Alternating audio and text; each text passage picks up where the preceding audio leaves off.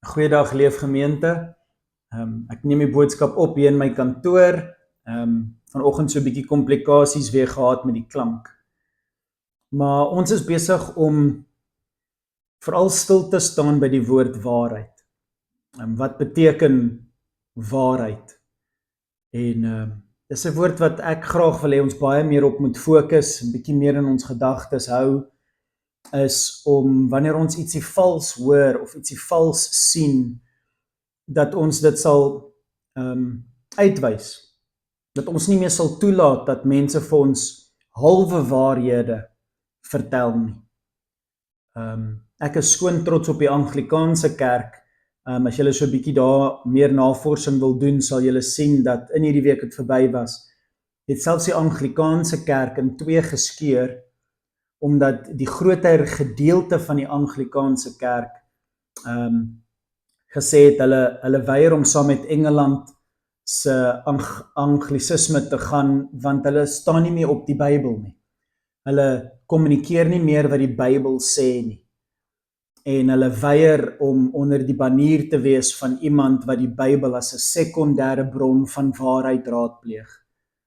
En ek dink dis wonderlik. Ek dink dis fantasties as ons weer so hier naby aan die einde van Oktober weer teruggaan na die gedagte van die 31ste Oktober, toe Martin Luther op die 31ste Oktober teen die deur van 'n Rooms-Katolieke kerk ietsie vashamer wat sê, ons gaan nie meer die leuns van die kerkleiers aanvaar nie. Die Bybel is waar. En dit kan gelees word, dit kan verstaan word, dit is nie te moeilik om te interpreteer nie. 'n Mens moet net met die Bybel stoei. Vir dies wat bereid is om met die Bybel te stoei, sal die waarheid duidelik word, want die waarheid is nie 'n opinie nie, die waarheid is 'n persoon, Jesus Christus. En sy Gees is die Heilige Gees. En ons God is heilig. En so daarom van laasweek af, asseblief kyk na laasweek se video as julle nog nie het nie, maar wil ek nou in die raamwerk van waarheid, wil ek draai na die vraag van heiligheid. Wees heilig, want ek is heilig, sê die Here. Dis hoekom in die hemel hy genoem word heilig, heilig, heilig is die Here God Almagtig. Heiligheid is om anders te wees, om eenkant te wees, om nie soos die res te wees nie. En ek wil ons moet daarna kyk. Ek het hierdie akroniem wat ek vir die volgende paar weke wil deurbeweeg, en dis die woord rein, R-E-I-N, en laasweek het ons gekyk na die R van om rein te wees, en die R is die rede. Hoekom wil jy na heiligheid streef? En ons het so vinnig laasweek gesê, dis een van die belangrikste vrae, nê, want heiligmaking is nie redding nie. Een van die maklikste dinge op aarde is om hemel toe te gaan. Dit is so maklik. Die pad is net baie nou, want daar's net een manier om hemel toe te gaan. En dis deur om jou geloof in die volmaakte werk van Jesus Christus te sit. Daar is geen ander manier om hemel toe te gaan nie. Jy kan nie met jou werke of jou heiligmaking hemel toe gaan nie. Net Jesus Christus se finale werk aan die kruis, sy heilige werk aan die kruis, kan jou hemel toe vat. En dis so eenvoudig soos om te sê, ek glo dit, ek aanvaar dit, en ek werk my op sy genade. Dit is so maklik soos dit. Maar heiligmaking is nou iemand wat die vrug van sy redding wil wys. Iemand wat nou nie gered is deur sy werke nie, maar glo hy is gered vir werke. Ek wil lyk soos my verlosser. Ek wil 'n Christen wees. Ek wil heilig wees want my God is heilig en ek wil die vrug van my God, die vrug van die Gees, die sout en die lig wees. En dis nie maklik nie. Baie Christene val van die pad af want hulle sukkel met heiligmaking en dan begin hulle glo dat omdat hulle sukkel met sonde of om heilig te word, dat hulle ook sukkel om Christene te wees. En verloor hulle dan soms self hulle geloof en redding en die werk van Jesus op die kruis. Dis onnodig. Die rede hoekom heiligmaking so belangrik moet wees vir 'n Christen, is omdat God vir ons vra om op heiligheid te fokus, want hy is heilig. En dan wil ek aan die einde van hierdie boodskap draai na die tweede gedeelte van die akroniem REIN, en dis die woord etiek, E. En etiek beteken nou, wat doen ons dan om te streef na heiligmaking? Maar gaan luister maar gerus na laasweek se boodskap, dit sal dit so bietjie duideliker maak. Nou, in die konteks en die hart van laasweek se boodskap het ek 1 Petrus 1 vir julle gelees. En ek wil dit vinnig weer lees, want dit is belangrik om dit as die konteks te hou wanneer ons kyk na hoekom en wat ons doen vir heiligmaking. 1 Petrus 1, ek lees vanaf vers 13 tot 19, sê die volgende. Petrus sê, sien met verwagting uit na die genade wat vir julle gebring word wanneer Jesus Christus verskyn.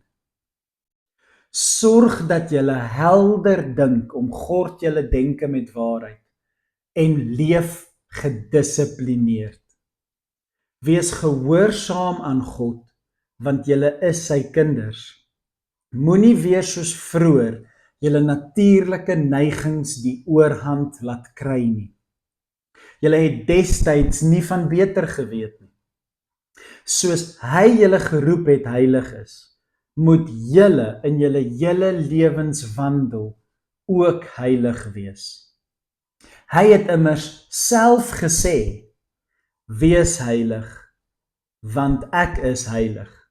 En daar verwys Petrus na die boek Levitikus, dis waarna ons gaan kyk op die einde. Hy gaan aan vers 17, en onthou, dat die Vader tot wie julle bid, niemand voortrek wanneer hy beoordeel nie. Hy beoordeel elke mens volgens sy dade. Volgens sy dade. Daarom moet julle julle eerbied vir hom wys met julle leefstyl. Al is julle uitlanders. Al is jy nie 'n Jood nie. As jy wil weet hoe jou leefstyl moet lyk, gaan lees jy baie van die Ou Testament. En jy is nie 'n Jood nie en jy voel hierdie reëls is uitlanders vir jou. Dit pas nie by jou kultuur in nie. Gaan stoei met die beginsels in die Ou Testament. Al voel jy soos 'n uitlander. Vers 18. Julle weet mos dat God betaal het om julle los te koop van die sinlose leefstyl wat julle van julle voorouers geërf het.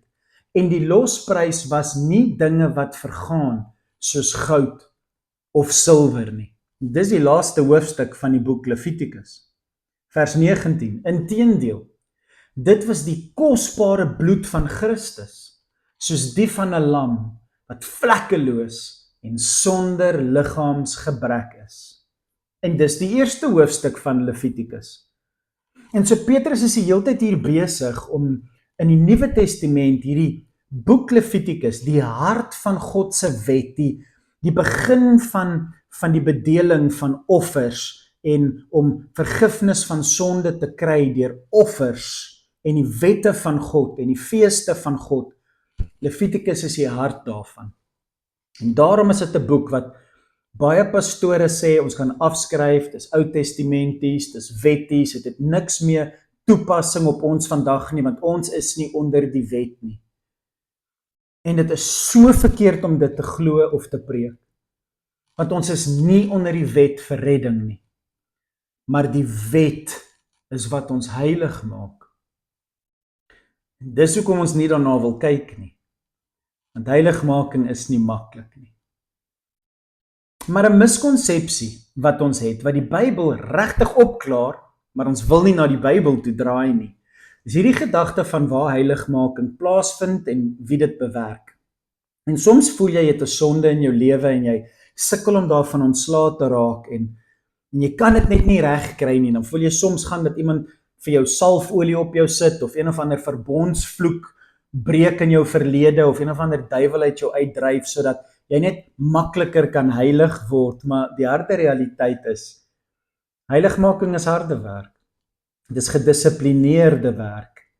Maar die goeie nuus is, dit hoef nie net uit jou eie selfbeheersing uit te kom nie. Heiligmaking is 'n werk van God binne in jou. God bewerk die heiligheid binne in jou.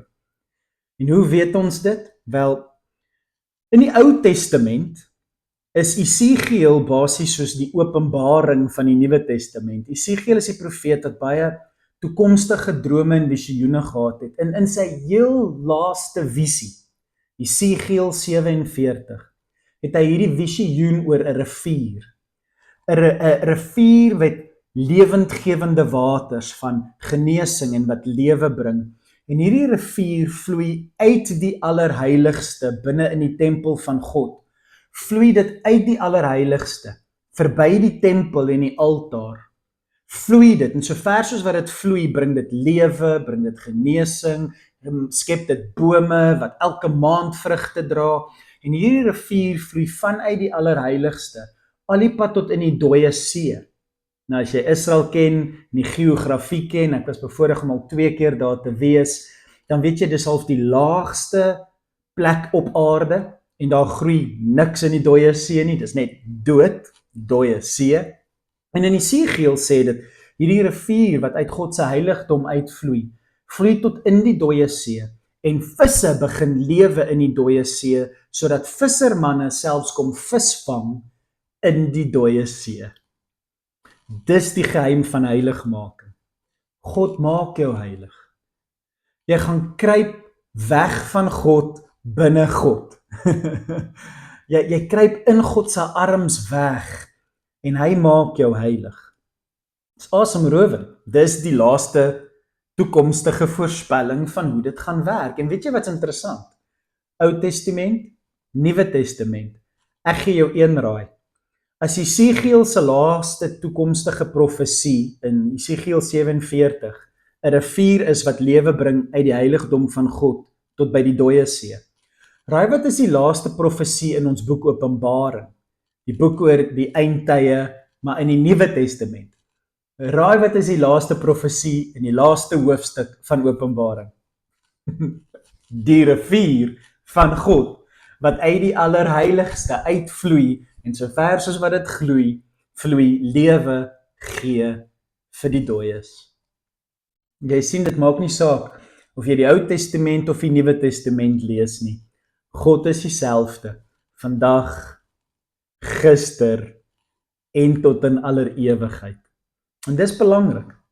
So, dis nie noodwendig dat jy in die tempel hoef in te stap nie, dis dat die tempel na jou toe stap. Jesus het tussen ons kom woon, die Heilige Gees woon tussen ons, sy noemnaam is Immanuel, en hy wil hê jy moet heilig wees, want hy is heilig. Vertrou hom, en stoei met hom, stoei met die Bybel. En so, om by die hart van dit te kom weer eens, net voordat ons na Levitikus kyk, omdat daar soveel dinge gesê word teen hierdie asemrowende wette van God, wil ek begin deur om die woorde van Jesus Christus self vir jou te lees, sodat jy hoor wat Jesus hieroor sê. En Jesus het net regtig een groot preek gehad, en dit was die bergreeks, Matteus 5, 6 en 7. En nadat hy begin deur om te vertel, geseënd is die, sê hy, julle moet die sout wees, julle moet die lig wees. Dis wat julle moet gaan wees. Hoe gaan jy sout en lig wees? Wel, dan begin hy praat in Matteus 5, van vers 17 tot 20. En luister na die woorde van Jesus, in gedagte dat heiligmaking die punt is, en dat die wet ons heilig maak, dat God sy wette gebruik om ons heilig te maak. Kom ons hoor Matteus 5 vers 17 tot 20. Jesus sê, julle moenie die rede vir my koms misverstaan nie. Ek het nie gekom om 'n streep deur die wet of die profete te trek nie. Dis die Ou Testament. Ek het gekom om die ware bedoeling van God se wet te laat uitkom. Jy kan stoei met die Ou Testament en jy kan dit verstaan, want Jesus gaan dit vir jou laat uitkom. Ek verseker julle, al sou die hemel en aarde ophou bestaan, sal die wet definitief tot in sy fynste detail geldig bly, totdat God sy bedoeling daarmee bereik het. Dis belangrik om te verstaan. Baie mense sê, ja, die doel is bereik op die kruis, toe Jesus sê, dit is volbring. Dis net nie waar nie, want reg deur die Nuwe Testament, Petrus en Paulus verwys nog terug na baie wette van die Ou Testament, waarin ons leef. En so sekere wette is vervul, soos offers wat jy moet bring. Dis vervul, Jesus is ons offer. 'n Hoëpriester na wie toe jy moet draai, sodat hy vir jou kan bid, sodat jou sondes vergewe kan word. Dis vervul, Jesus is ons hoëpriester. Maar wees versigtig, God gebruik sy wette om ons te heilig. En maak seker jy stoei daarmee om te verstaan wat hy sê. Hy gaan aan deur om vir jou hierdie te verduidelik, omdat mense net die wette wil afskryf. Jesus sê verder, as jy dus die kleinste van God se opdragte, die kleinste van sy opdragte, kom ons gebruik ietsie wat nogal vir my vreemd is in Levitikus, nee, ons sal wel daaroor praat een of ander week, moenie die kante van jou hare hier by jou slaap afsny, of die kante van jou baard afsny nie. Moenie daai praktyk van die heidene nasie volg en die kante van jou hare, van jou gesig afsny nie. Wat is daai wet? Ons kan daai wet tog sekerlik maar net ignoreer. Wel, ek dink ons moet bietjie kyk daarna en worstel met wat dit beteken. Maar as jy selfs een van hierdie kleinste wette van God, opdragte van God, op sy sou skuif, onbelangrik, hare op die gesig, en ander leer om dit ook te doen, sal jy die kleinste wees in God se koninkryk. Maar as jy God se wet tot in die kleinste detail respekteer en gehoorsaam, sal jy groot wees in sy koninkryk. En hier is nie 'n konsep van, kyk hoe groot is ek, en kyk hoe klein is jy. Nie, die hart agter wat Jesus hierso sê, is 'n gedeelte wat Paulus byvoorbeeld en Petrus ook oor praat, van, jy kan gered wees en hemel toe gaan, soos iemand wat uit 'n vuur uitgeruk is, en jy stink nog na die rook van jou sonde. Of jy kan hemel toe gaan soos iemand wat sy lewe gebou het met edelgesteentes en goud en silwer, en jy skyn omdat jy God navolg. En hy sê, begeer dit. Begeer om jou pa trots te maak. Dit help nie jy's 'n kind wat sê, ja, daai man is my pa, maar ek ken hom nie, en een keer 'n jaar op Kersfees gaan eet ek by my pa, maar verder weet ek niks van my pa af nie. Wie wil so 'n verhouding hê met God? Wie wil die hemel net maak? En soos, ja, daai man daarbo het vir my sondes gesterf. Wat is dit? Nee, jy wil intiem wees met God, jy wil hom ken, hy is jou Abba Vader, en jy wil na aan hom leef. Jy wil sy disipel wees, die stof van sy voete moet op jou voorgesig rus. Dis wat hy hier probeer sê van grootste en kleinste. En dit het te doen met hoe jy sy wette respekteer en gehoorsaam. Maar dan sê hy iets nogal skrikwekkend of vreesaanjaend, dan sê Jesus, want ek sê vir julle, ek, Jesus, die Christus, sê vir julle, as julle nie die skrifkenners en die fariseërs, die mense wat die boek Levitikus ken en noukeurig nakom, maar nie die rede van dit verstaan nie. Hy sê, ek sê vir julle, as julle nie die skrifkenners en die fariseërs oortref in hoe julle God se wil uitleef nie, sal julle beslis nie eers toegelaat word in sy koninkryk nie. Wow.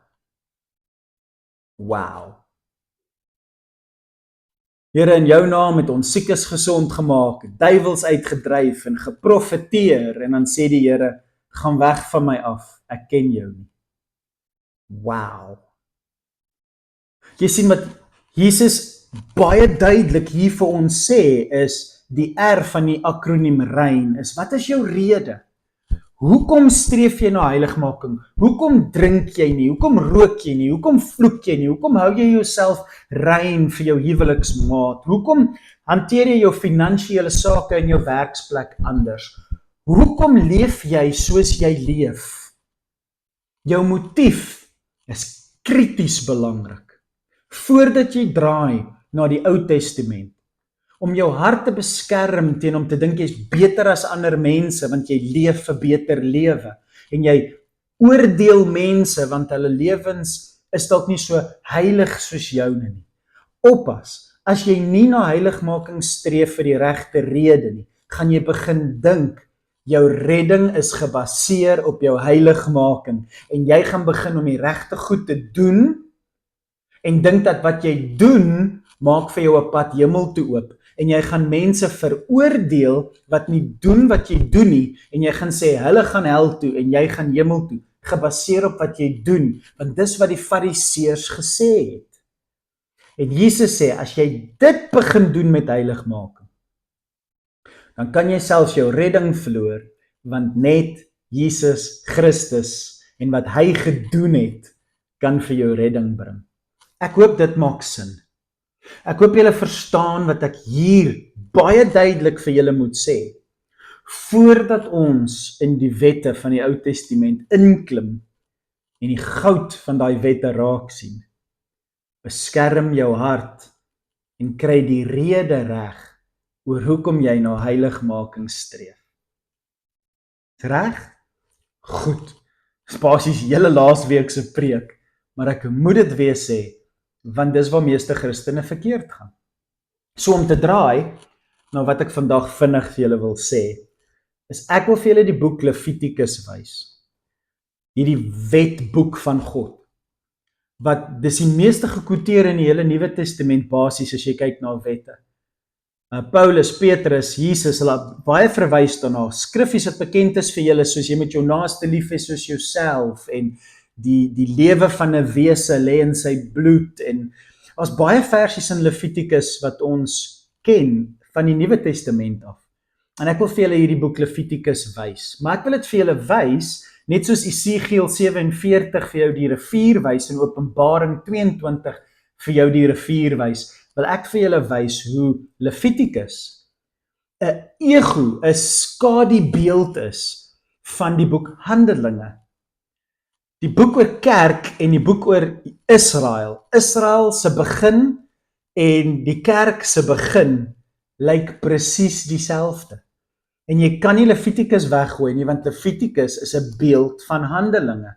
En jy kan nie Handelinge weggooi nie, want dis die begin van kerk. En hierdie twee boeke sê dieselfde ding. En ek wil dit vir julle wys, en ek hoop julle hoor my hart en sien raak wat ek raak sien, sodat jy lief raak vir die wette van God, want ek glo julle is lief vir die boek Handelinge, die begin van kerk.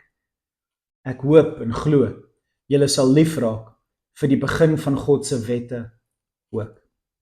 En so om daarna te kyk, en ek het dit vir julle aangestuur, en so asseblief kyk na die manier hoe ek het uitgelê het op die dokument, op die preeknota wat ek uitgestuur het. Kyk 'n bietjie daarna, en ek gaan julle daardeur laat gaan. Nou in die boek Levitikus is dit baie interessant dat die boek Levitikus begin van hoofstuk 1 tot hoofstuk 8 en ons baie herhaling. Dit is eintlik baie korter as 8 hoofstukke as jy al die herhaling uithaal, want hy gaan deur verskillende offers en al wat hy probeer sê of al wat hy sê is jy het gesondig en jy het 'n offer nodig. Maar hierdie offer moet 'n baie spesifieke offer wees. Dit kan nie sommer enige dier wees of hierdie sonde kan nie sommer enige dier vir hierdie sonde betaal nie. Daar's 'n baie spesifieke offer vir jou sondes nodig. En hierdie offer moet baie rein en baie heilig en baie kosbaar en baie duur wees. En al wat jy kan vervang met Levitikus en Handelinge is die offer is Jesus. Dis nie moeilik om te verstaan nie. En hoewel Levitikus baie praat oor die offer, is dit 'n baie eenvoudige vervanging. Die offer is Jesus. Jesus is die vlekkelose lam vir jou sondes. En so eenvoudig soos dit, is dit wanneer Levitikus praat oor watter offer jy moet bring, wel, jy bring Jesus. Hy is die offer. Maar in hierdie 8 hoofstukke, moenie miskyk wat hy sê oor hoe jy jouself moet voorberei wanneer jy 'n offer vir God bring nie. Wanneer jy na Jesus toe nader as jou perfekte offer, moet jou hande gewas wees. Jou leefstyl moet reg wees. Jy het ook 'n rol om te speel wanneer jy bid. Want vandag is om 'n offer te bring, kan soort van vergelyk word met gebed.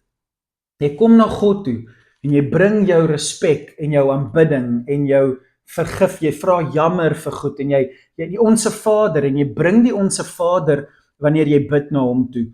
Maar jou hart moet reg wees. As jy nagmaal gebruik, sê Korintiërs duidelik, jou hart moet reg wees. En so die eerste 8 hoofstukke van Levitikus gaan oor offers en voorbereiding. En tog baie interessant, Lukas 24, maar Handelinge 1 gaan hoofsaaklik waar Jesus vir die disippels sê, gaan wag in die boefretrek, berei julle voor en bid, want ek gaan die Heilige Gees na julle toe stuur. Ek gaan die een stuur wat na my sal kom. Ek gaan hierdie offer vir julle stuur wat julle sal lei in die waarheid, die volle waarheid, die Gees van die waarheid. So gaan berei jou voor. En wat sê Jesus vir die disippels? Sluit julle toe. Moenie meng met die wêreld daar buite nie. Moenie marksplek toe gaan nie. Moenie vuil raak deur om te doen te hê met die politiek wat nou buite julle aangaan nie. Jesus is nou net gekruisig, hy het opgestaan uit die dood. Dis chaos daar buite. Sluit jou toe. Wag in die boefretrek en bid. Hou jouself heilig. Die Heilige Gees kom. Baie interessant. Dis Handelinge 1. Dan na die offers van Levitikus, maak jy hoofstuk 9 oop. En in hoofstuk 9 gebeur iets wat vir die eerste keer in die Ou Testament gebeur, en ek lees dit vir julle, en julle sal onmiddellik weet waarvan ek praat in die boek Handelinge. Want in Levitikus 9 vers 24 staan hierdie woorde. Levitikus 9 vers 24. Vuur wat van die Here afgekom het die brandoffers en die vet en alles op die altaar verteer. Toe die volk al hierdie dinge sien, was daar uitroepe van vreugde en het hulle almal op die grond neergeval. Nou wat gebeur in die volgende hoofstuk van Handelinge? Wat gebeur in Handelinge 2?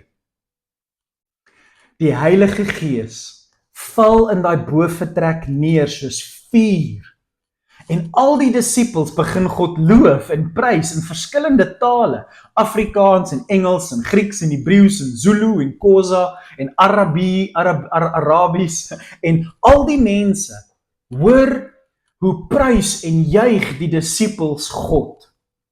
En die volk kry 'n groot vrees oor hulle met 'n diep respek. Hier is iets aan die gang. En hulle kom nederig na die disippels toe. Wat gaan hier aan? En Levitikus 9 en Handelinge 2 is dieselfde. Sien julle dit? Dan die volgende hoofstuk, Levitikus 10, gebeur daar iets baie interessant in Levitikus.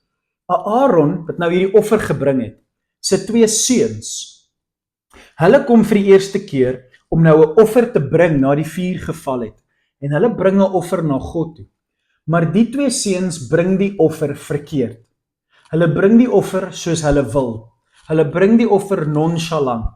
Soos God kan maar enige offer aanvaar. Hy het nou net 8 hoofstukke gesit om te verduidelik dat enige offer sal nie werk nie. Dit moet 'n spesifieke offer wees op 'n spesifieke manier. Maar hierdie 2 seuns van die hoëpriester Aaron gee nie om nie. En hulle bring in Levitikus 9 die offer sonder die regte hart. En al 2 Aaron se seuns val dood neer. Nou, in Handelinge 5 kry jy hierdie storie. Nou Petrus baie gepreek het en Petrus preek sy preek, kry jy in Handelinge 5 waar Christene nou 'n offer wil bring. Christene wat tot bekering gekom het met Petrus se preek, wil nou 'n offer vir God bring. En hulle name was Ananias en Safira, 2 Christene. En hulle bring hulle offer vir God soos hulle wil. Enige offer wat hulle maar net opdink goed genoeg is. Dis nie die offer wat God gesê het vir hom aanvaarbaar is nie. En al twee die Christene in Handelinge 5 val dood neer, net soos die twee Israeliete, mense in Levitikus 10. Interessant, né? Die tweede helfte van Levitikus 10 kry jy die ander twee seuns van Aaron. Nou moet hulle aanhou offers bring, maar dit moes nogal vreesaanjaend gewees het. Hulle boeties het sopas dood neergeval, en nou moet hulle offers bring. En gaan lees dit vir jouself, dit is so mooi om te lees. Wat gebeur is, die ander twee boeties kom bring nou 'n offer vir God, maar daar is so baie reëls, dat die boeties die mekaar raak oor wat soek God en wat soek God nie. En hulle bring op een stadium 'n foutievelike offer vir God. 'n Offer wat, hulle het nie bedoel om dit verkeerd te doen nie, maar hulle het die mekaar geraak oor wat God wil hê. En Moses sien dit, en hy stap baie kwaad, jy weet soos party pastore, baie kwaad na hierdie twee jong manne wat die verkeerde offer bring, en hy verdoem hulle. Hulle soos, het julle nie gesien wat God doen nie? Julle gaan ook in die moeilikheid wees. En Aaron, die hoofpriester, stap na Moses toe en hy sê, Moses, my seuns, my ander twee seuns, het klaar jammer gesê. Hulle het die oggendoffers gebring, hulle het die laatmiddagoffers gebring, om jammer te sê vir God, vir die feit dat hulle dit verkeerd gedoen het.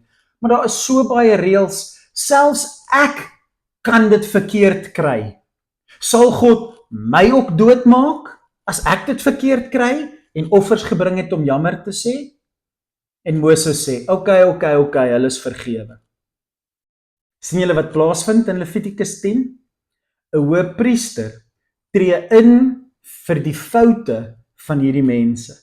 En hy kom doen versoening by Moses, die groot wetlike figuur, en hy sê, vergewe hulle het jammer gesê. En as gevolg van Aaron, die hoëpriester wat intree, vergewe Moses hierdie twee wat offers vir God bring. Baie interessant, gaan lees dit. En raai wat gebeur in die volgende hoofstuk van Handelinge. Net na Ananias en Safira dood neerval, in die volgende hoofstuk, hoofstuk 6, kom twee groepe Christene, en hulle beklei met mekaar in die kerk, oor welsyn, oor kos, oor geld. Hierdie een kry meer kos as ons. Julle trek hierdie mense voor. En die Christene begin in die kerk met mekaar beklei, en dis nie die offers wat God soek nie. En dit gaan God kwaad maak. Maar Petrus tree onmiddellik in. Petrus sien dat hier gaan moeilikheid kom in die kerk, en hy tree onmiddellik in, en hy sê, julle, dis nie reg nie. Luister mooi, hierdie bekleierery in die kerk kan nie gebeur nie. Kom ons kry manne, vol van die gees van God, wat as middelaars kan optree om hierdie probleme op te los, voordat dit God kwaad maak. En 'n jong man met die naam Stefanus word aangestel, om hierdie offers wat nie mooi gebring word vir God nie, mooi op te los. Sien jy hoe 'n sonde in die kerk vergewe word, deur 'n goeie oplossing na vore te bring? Wel, dis wat in Levitikus 10 gebeur, en in Handelinge 6 gebeur.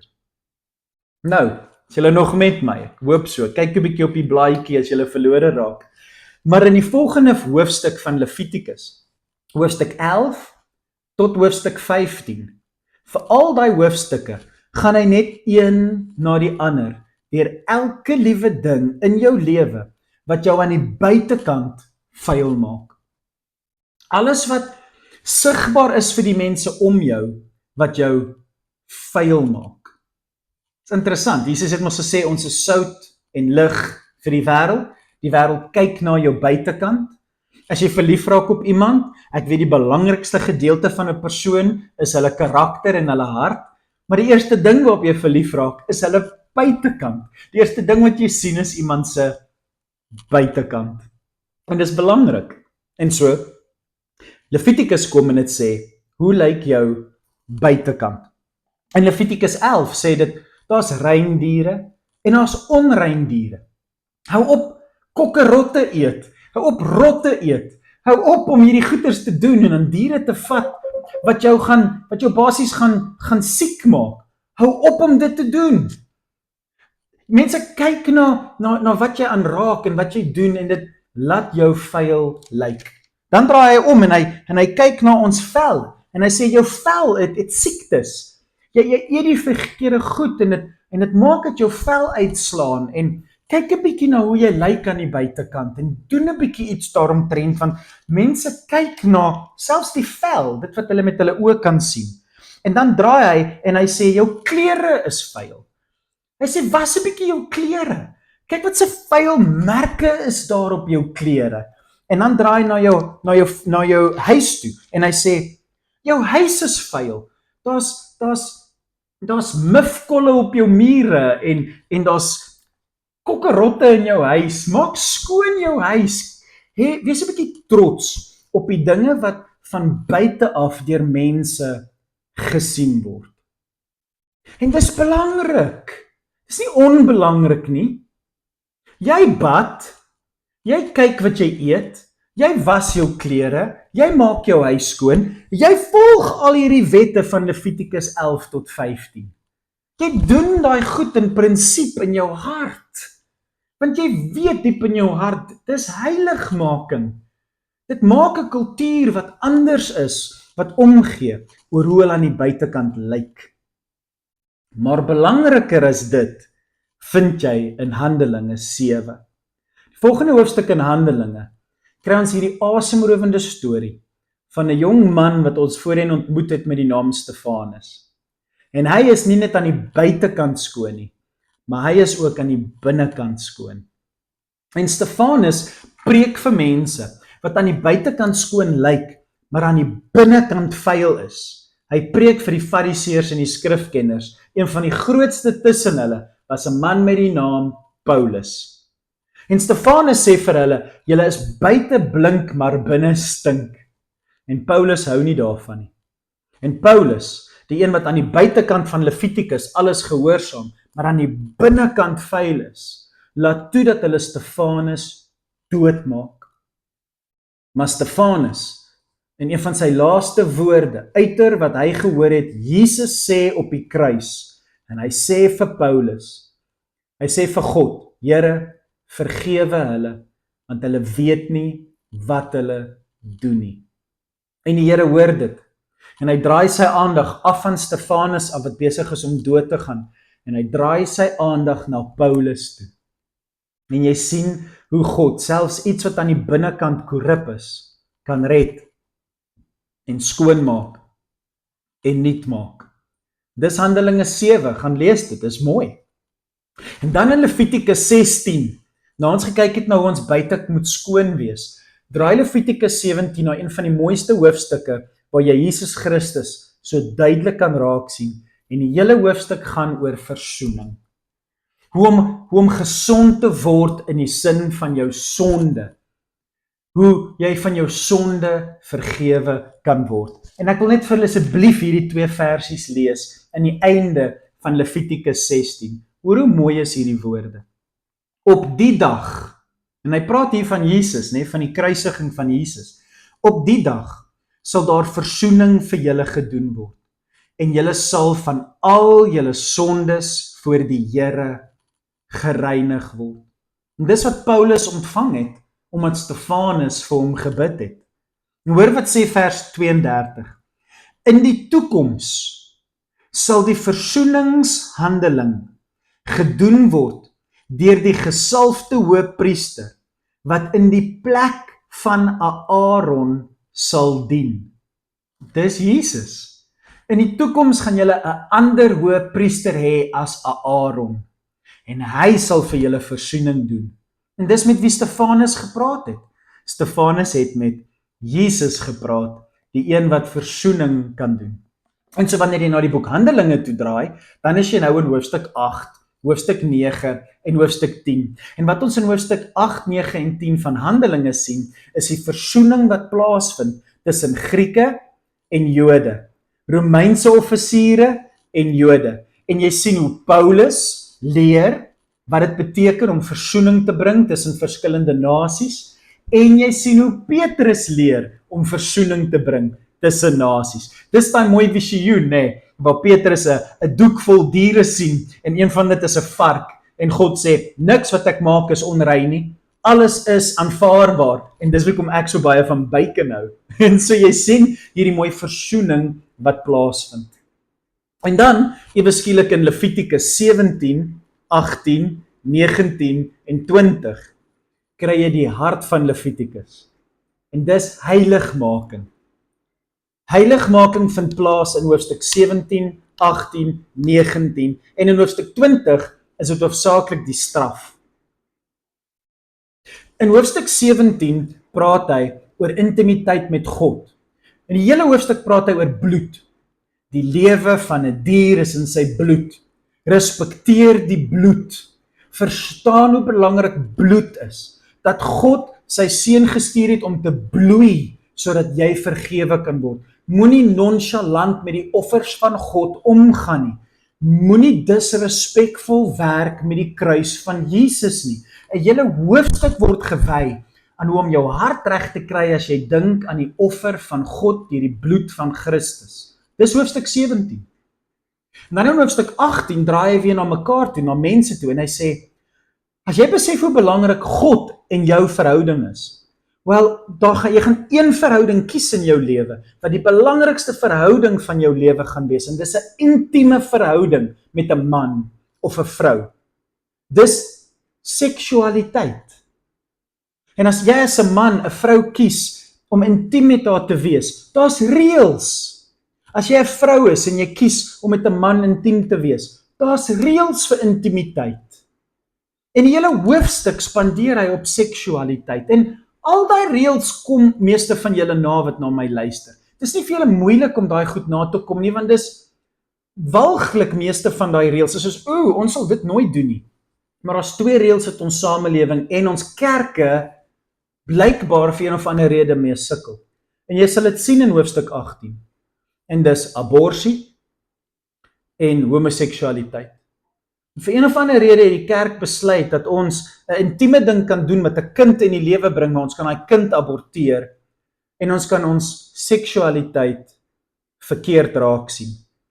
En hoofstuk 18 sê, kry dit reg. Hoofstuk 19, wel, ek gaan 'n bietjie later nou ietsie daaroor sê, maar dis 30 reëls vir jou leefstyl. So as 17 intimiteit met God is en sy bloedverbond, en 18 is jou intimiteit met 'n spesiale persoon, dan is 19 jou verhouding en jou leefstyl met die mense om jou. En ons 30 reëls in hoofstuk 19. En ek wil hê jy moet daarna gaan kyk. En ek wil jy met die vraag vra, watter van hierdie 30 reëls is vir my problematies? Wat van hierdie 30 reëls vind ek moeilik? Watter van hierdie reëls sukkel ek mee of verstaan ek glad nie? En gaan stoei met hoofstuk 19. Dis my uitdaging vir volgende week. Nou, wat is die gedeelte in Handelinge? Nou, ons het nou net klaar gemaak met Handelinge 8, 9 en 10, wat versoening is tussen Jode en Grieke. Wel, nou kry ons Handelinge 11. En soos wat Levitikus kyk na heiligmaking, in Handelinge 11, vir die eerste keer sien jy iets plaasvind. Jy sien Christene by mekaar kom en hulle lewe reg teenoor God, hulle lewe reg in hulle huwelike en hulle lewe reg teenoor hulle naaste. En wat jy sien gebeur is, in Handelinge 11 vers 26, vir die eerste keer was hulle Christene genoem. Vir die eerste keer was hulle raak gesien as heiliges. Mense wat lyk soos Jesus, die heilige een. En dis waar ons titel vandaan kry, Christen. Vir die eerste keer word ons Christene genoem. Wat 'n asemrowende voorreg om 'n Christen genoem te word, want dit beteken jou verhouding met God, jou verhouding met jou huwelik en jou verhouding met jou naaste lyk soos wat Jesus sou gelyk het. Wow! Maar dan wil ek hê julle moet iets verstaan. Levitikus eindig in Levitikus 23, 24, 25. Dan kyk Levitikus na die ritme van God, die reëls van God wat betref sy feesdae. Wat se ritmes kan ons as Christene handhaaf om in ritme met God te bly? En jy kan nie daai ritmes ignoreer nie. Jy kan nie net sy feesdae ignoreer nie. Daar is 'n ritme daarin. En hoekom is dit belangrik? Want dis wat jy sien in die laaste hoofstuk van Handelinge, Handelinge 12. Nou hoekom noem ek Handelinge 12 die laaste hoofstuk? Want in Handelinge 13 begin ons kyk na Paulus se uitreike. Dan draai Handelinge weg van wat gebeur in Jerusalem en Petrus en Paulus, en dit draai dan na die res van die wêreld en hoe Paulus in die res van die wêreld ingaan.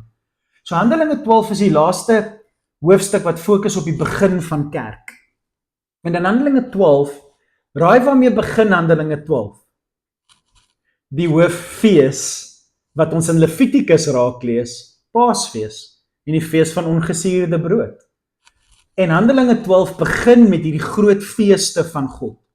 En wat ons daar kry, is 'n koning, die koning van Israel, en hy maak Johannes, die disipel wat Jesus liefgehad het, sy broer dood.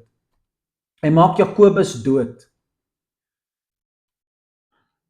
Tydens een van die feeste van Levitikus, in Levitikus 23, maak die koning van die Jode, Herodes, een van die hoofdisipels, dood.